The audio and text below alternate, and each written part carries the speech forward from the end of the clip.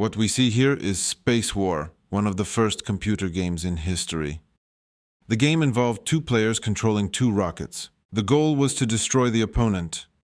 Without this game, the modern billion-dollar video game industry wouldn't exist. In this series, I will try to tell you its history. It all started in the early 60s.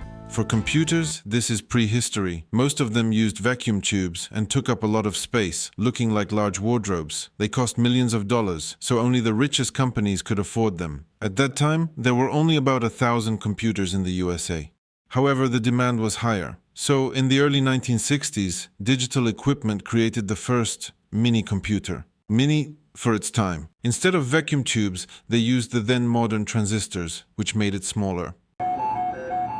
It also had a screen, while most computers of that time printed data on paper. Because the name computer was associated with huge wardrobes, the mini version was called the Programmed Data Processor, or PDP for short. Its price was extremely attractive, at only $125,000. The first model was named PDP-1, and its prototype was given to the famous MIT, Massachusetts Institute of Technology. At MIT, there was a famous student group called the Tech Model Railroad Club. They built model trains with various technological innovations. This group had its own slang and called themselves GNERDs, which later evolved into nerds, and they called practical jokes and impressive feats hacks. These students are known as the first hackers.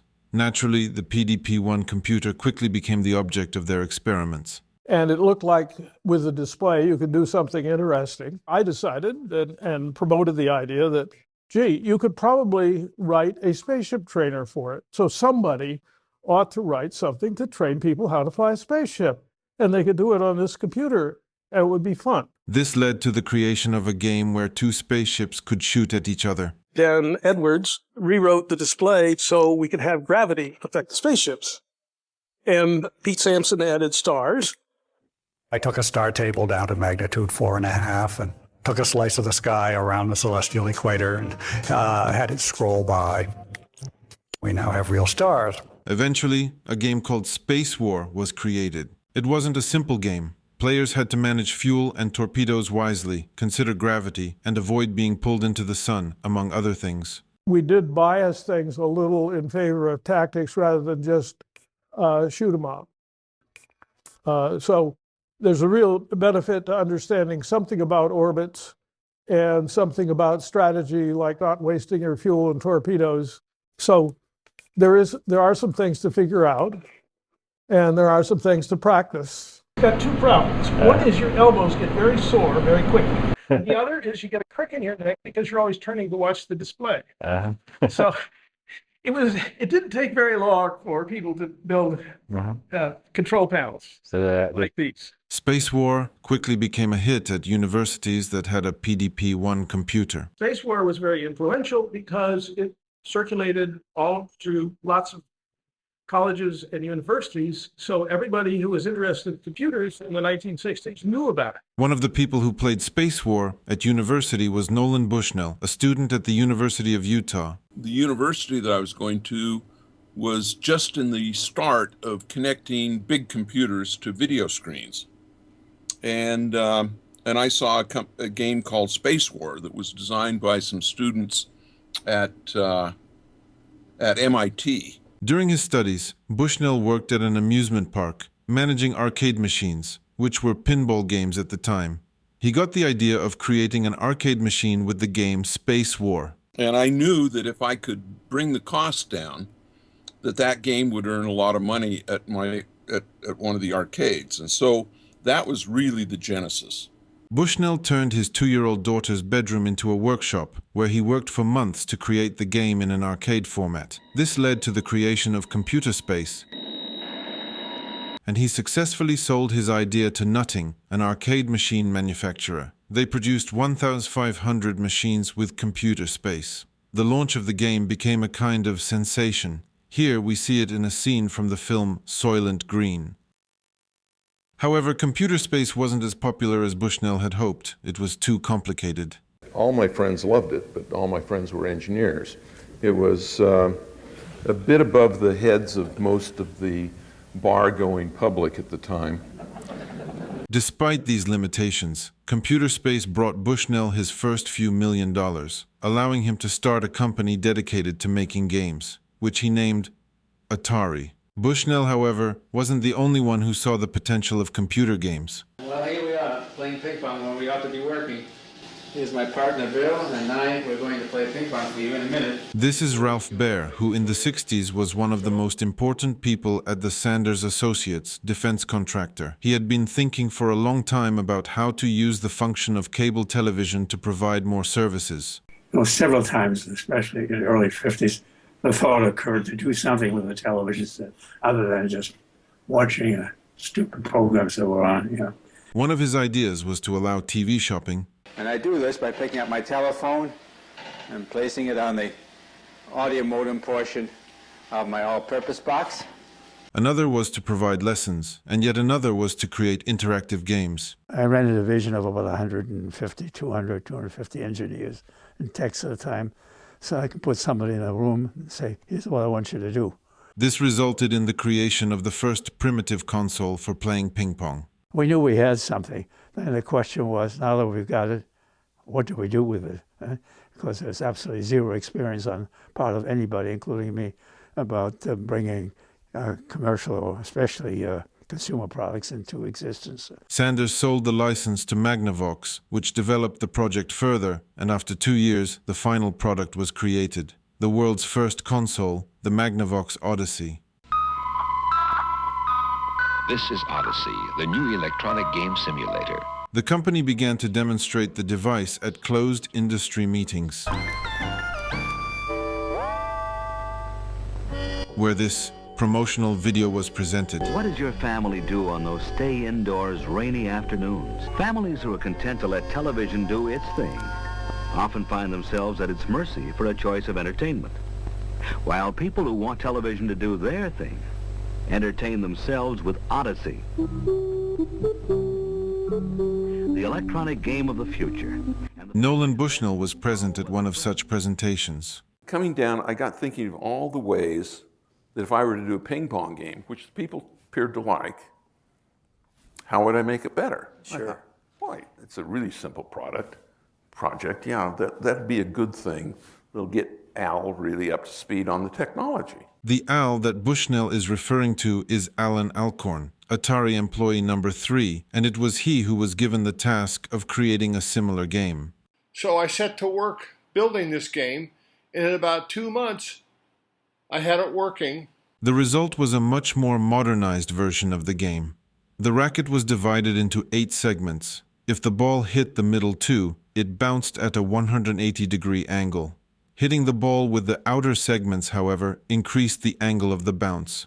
Alcorn also decided to add a score counter. And there were a few mistakes that worked out real well. One of them was the paddles would not go up all the way I had designed the circuit. And I was going to fix that later, but I discovered that would have been deadly if I fixed it, because by having that little gap there, a good player could win. 2 good players could play the game forever and monopolize the game, and that would be a failure. So having that error there, so I never fixed it. So my attitude about engineering is, if you can't fix it, call it a feature. And then at the end, I said, okay, it's done. And he said, well, where's the sound? And I said, sound? I've already got too many parts in this thing. And he says, what do you want? He says, I want the roar of a crowd of thousands. I said, we need a crowd of thousands. And Al says, that's a lot of trouble. He says, why don't we just have a big raspberry? I says, what do you mean? He says, this. When you missed the ball, it went, that's a raspberry. Bushnell tried to sell Pong to arcade machine companies, but no one wanted it. The game's flaw was said to be that it was a 2-person game. And I actually presented it to both Bally and Midway, the biggest coin-op guys at the time, and they didn't want it. So I said, okay, I might as well build a few.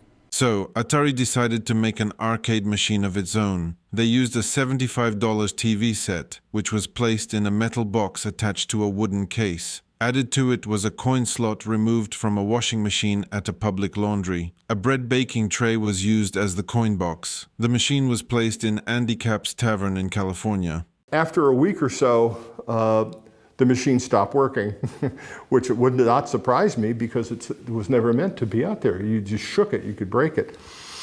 So I went out after work to go fix it, and the first thing you do is you open up the coin box to give yourself a free play because you're not going to waste a real quarter on this thing if you made it. So I opened the coin box up, and the thing was so full of quarters it wouldn't take any more. They just fell out. So I picked the quarters up, split the take with the owner of the bar. The next day I go into work, I dumped this sack of quarters on Nolan's desk, and I said, well, I found the problem with the Pong.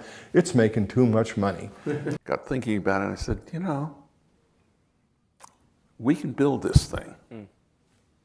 And I figured out we had just enough money to build 13.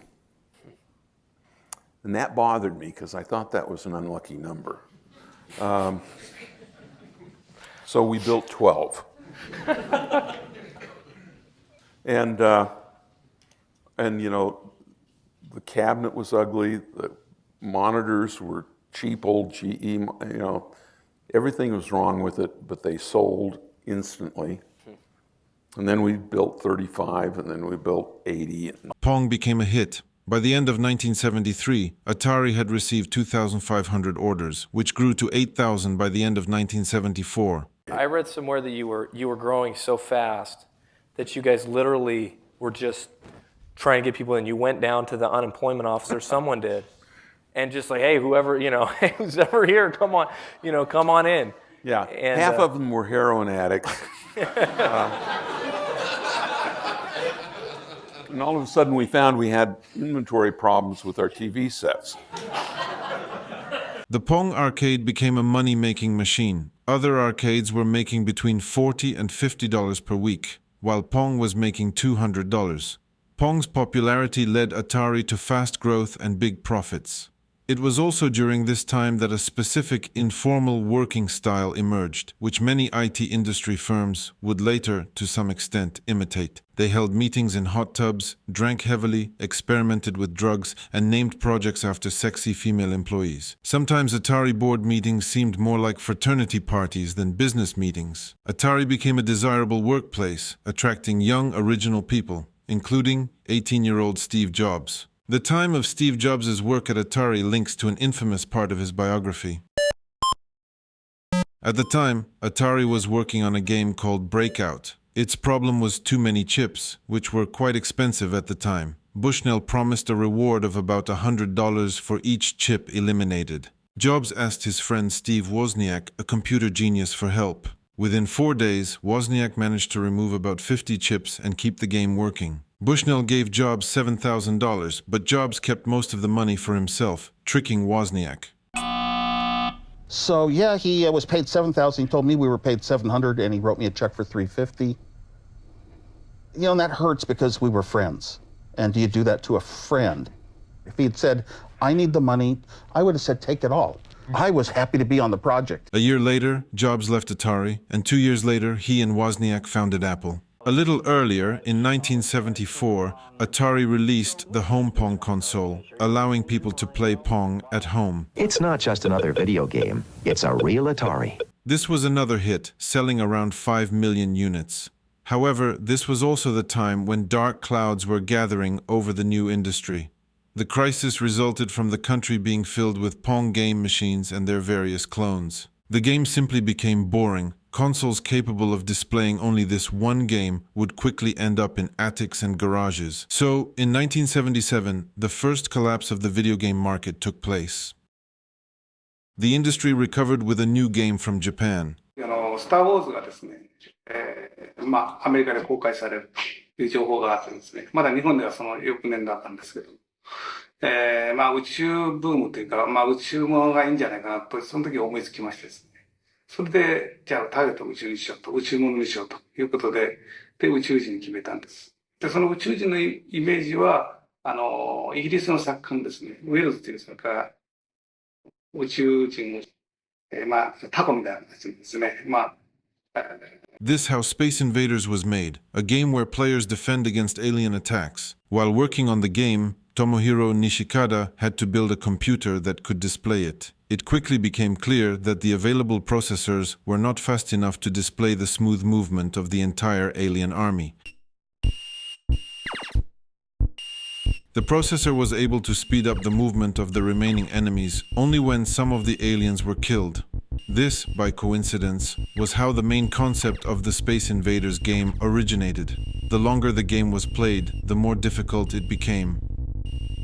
Taito sold the license to Midway, and the following year, Space Invaders machines appeared in the US. They quickly became popular. Young people are the game's biggest followers, and all you need is a pocket full of money to stage your own Star Wars. Unfortunately, some space travelers will do almost anything to get money to play the machines. We have found that children that are stealing money are spending them on Space Invaders. How much money would some of these kids actually steal? We've had one case recently where a child has spent about $267 on these machines, but usually it's smaller amounts. A total of around 750,000 Space Invaders arcade cabinets were placed around the world. By the end of 1982, profit reached $3.8 billion. That's today's $14 billion. In the early 1980s, game machines became a serious business. The success of Space Invaders marked the beginning of the golden era of arcade games. Believe it or not, those things are really happening on 200 electronic video games here at Chicago Fest. What you see here is part of a national phenomenon that we call high-tech rec, a phenomenon that had to happen when the TV set married the computer. No longer are Space Invader machines found only in amusement arcades. Cinemas now want their share of the attraction. While the people are waiting to go to the movies, they can play Space Invaders instead of just sitting around doing nothing. What's the chance that they'll come in just to play Space Invaders and not to see your films? Well, we don't find that, but we do find that people come in during the day and actually play Space Invaders while they're waiting for the bus outside. Another game soon strengthened the phenomenon. はい、私がパックマンを考えた時には、アーケードゲームセンターでしかゲームができなかったんですけども、そこのアーケードゲームでは男の人しかゲームをしてなかったんですね。で、とてもいい環境ではなかったので、女性とかカップルが来てほしかった。で、そのために女性が好きなものは何かなって考えて、ファッションかな、それとも男の子の話かなと思った時に、女性はそういえばよく食べるな、デザートを食べるなということで、食べるっていう動詞のキーワードでゲームを考えるようになりました。During a lunch break, Toru Iwatani came up with the idea for the main character of the game. Inspired by the look of a pizza with a missing slice, he created Pac-Man. In the game, players control a yellow creature whose goal is to eat dots while avoiding being caught by ghosts that haunt them. 4匹のゴーストにはそれぞれ性格があって追いかけ方が違うんですね。で、赤いゴーストは、パックマン自身を追いかけるんですけども、青いゴーストはパックマンの天体ショーのところを追いかける。それからピンクのゴーストは、そうですね、パックマンの口先の32ドット先を追いかける。もう一匹のオレンジのゴーストはランダムに動くということで、それぞれ違った動きをしていつの間にかパックマンの周りにゴーストが配置されるように、要するに囲まれるように設計アルゴリズムがされています。Pac-Man became a huge success, rivaling that of Space Invaders. Midway brought Pac-Man over from its native Japan, and now the factory turns out over 500 Pac-Man games a day. So far, over 70,000 games have been made of Pac-Man. That's more than Space Invaders, more than Asteroids. When it comes to video games, Pac-Man is king. It is estimated that in 1982 alone, around 7 billion coins were inserted into Pac-Man machines, equivalent to every person on Earth playing the game. But Pac-Man's success went beyond just gaming. It became the first video game character to achieve widespread recognition as a cultural icon, appearing on T-shirts and in advertisements. 7-Up cools you. 7-Up suits you. 7-Up, the difference is clear. There were even songs written about Pac-Man.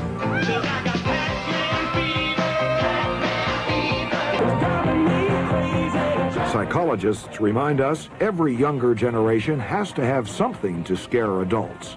Right now, all of this is certainly it. This great popularity also sparked discussions about the potential negative effects of video games. If you are a fan, we don't have to tell you that video games are taking this country by storm, keeping thousands of kids as well as adults glued to their flashing screens. But there are some people who are worried that the games could be having a negative effect on the players. Chicago Alderman Patrick Hewells believes that where there are video games, there could be trouble. Hewells wants to ban the games in Chicago for people under age 18.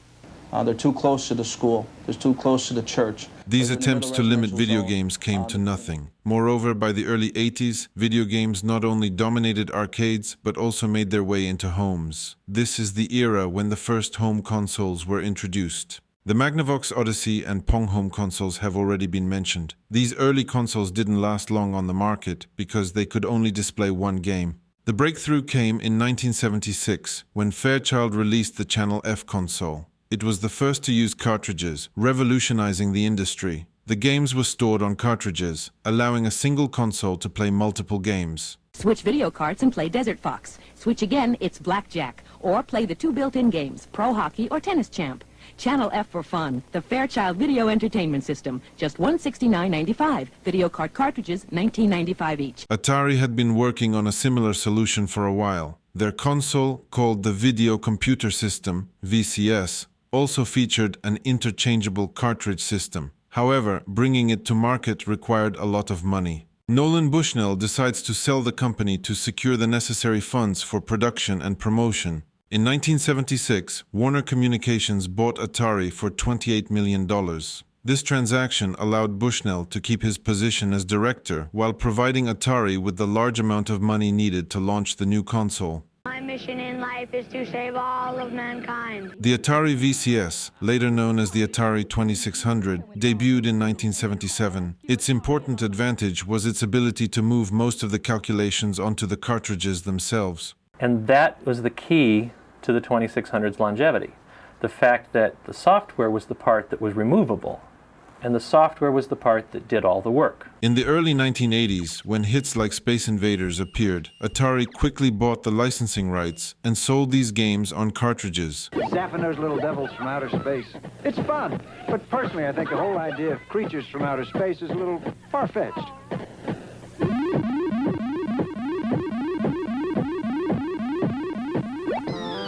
No other company offers you as many different video game cartridges as Atari. Space Invaders was an interesting marketing decision made by Atari as well.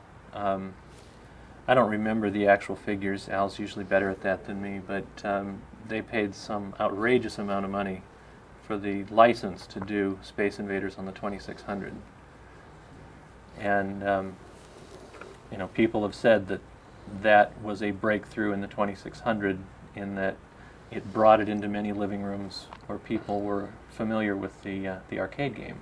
The console became a phenomenon in the early 80s. It was on the Atari that the first computer game competitions were held. The winner gets to keep the machine that he's playing on. The Atari 2600 would go on to sell 30 million units, generating billions of dollars in profit for Warner Communications. Nolan Bushnell, however, did not see these successes, as he left the company in 1979 due to differing management philosophies. I was planning to do a telephone dial-up game network that they canceled as well.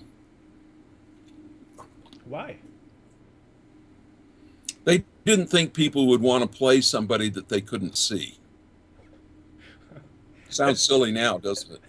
Raymond Kassar took over the leadership of Atari, transforming it into a well-functioning corporation. And the problem was the new guys who came in really had no empathy for the game industry or personal computers. They were more professional, generic managers. Ray Kassar came out of the textile industry and really never even got close to understanding the business. So it wasn't just that Nolan had left, but it was that the new guys didn't understand, didn't have respect for the business, I believe. It's worth noting that during this period, games were not created by large teams, but by individual developers. Back then it was one programmer, one game. We individually did the creative work, created original concepts, did the storyboarding, did the art, did the music, did the sound effects. We did every aspect, every line of code, every concept, every idea was done by one person. At that time, Atari employed dozens of programmers, but the most important were just four: David Crane, Larry Kaplan, Alan Miller, and Bob Whitehead. This group, known as the Gang of Four, realized that the games they created were responsible for 60% of the company's sales. That was $100 million worth of sales that we were responsible for 60% of in a single year. So at that point, we started talking to management and saying, you know, obviously we do something that is marketable, that there's something about our work that is good. And a lot of those discussions went nowhere, but one of them went to the top, and in our discussions with Ray Kassar, his response was that your involvement in these games is no more important than the person on the assembly line who builds them. He said it's a team effort, and everyone chips in to create this product. And that was not really the thing to tell us at that time. Four programmers left Atari and founded their own company dedicated only to video game production, naming it Activision. In 1982, Activision released its first hit, Pitfall. With its then advanced gameplay, it quickly became popular. This is Pitfall, the smash hit video game by Activision that everybody wants for the Atari video computer system, with swamps, hungry crocodiles, and lots more. Don't miss Pitfall, the smash hit that everybody wants. Get it before they're all gone. Pitfall, designed by David Crane. Don't miss it. The next games, such as River Raid and Tennis, confirmed their good market sense. Activision's games were visually better than those created by Atari, and the Activision logo on a cartridge became a mark of quality. Starting a game production company became the most popular startup in the early 1980s. There were 30 companies created to create cartridges for the 2600. Now, of course, 2 years later, they all went out of business, because in each case, they didn't have the talent. They didn't have the ability to develop the video games. All they had was a couple $1 million of venture capital, which they put into their first 2 or 3 games that they developed. They built them all, and they all sat in a warehouse until they had to be sold at fire sale prices. The market was flooded with low-quality games. The most obvious example was the game E.T., which was created in just 5 weeks, only to capitalize on the success of the popular movie. E.T. was one of thousands of similar examples of games created just to make money. The flood of cheap quality games led to the first video game market crash in 1983. There may be trouble in Toyland, at least in the video games division. This week, industry giant Warner Communications, makers of Atari, announced that 1982 earnings would be far below previous expectations. The crash in the video game market caused industry earnings to fall from over $3 billion to just $100 million, a decline of 97%. This crisis was eventually ended by the arrival of the third generation of consoles. I will discuss that in the next episode.